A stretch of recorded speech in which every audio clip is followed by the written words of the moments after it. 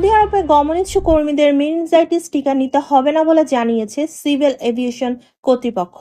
তবে ওমরা ও ভ্রমণ ভিসায় যারা যাবেন তাদেরকে অবশ্যই টিকা নিতে হবে। ভ্রমণের 10 দিন আগে এই টিকা নিতে হবে। মঙ্গলবার এই তথ্য জানিয়েছে সিভিল এভিয়েশন কর্তৃপক্ষ। গতকাল হজ ও ওমরা যাত্রীদের জন্য মেনিনজাইটিসের টিকা বাধ্যতামূলক বিষয়ে নতুন নির্দেশনা দিয়েছে ঢাকার হযরত শাহজালাল আন্তর্জাতিক বিমানবন্দর। সৌদি আরব সরকারের নতুন নির্দেশনার আলোকে এই নির্দেশনা দেওয়া হয়। নির্দেশনায় বলা হয়, যারা ওমরা বা হজ করতে যাবেন অথবা ভিজিট ভিসায় সৌদি আরব যাবেন তাদের সবার জন্যই এই নিয়ম প্রযোজ্য হবে। সৌদি আরবের ভ্রমণের কমপক্ষে 10 দিন আগে মেনিনজাইটিসের টিকা নিতে হবে। ভ্রমণের সময় সেই টিকা নেওয়ার সনদ সঙ্গে রাখতে হবে।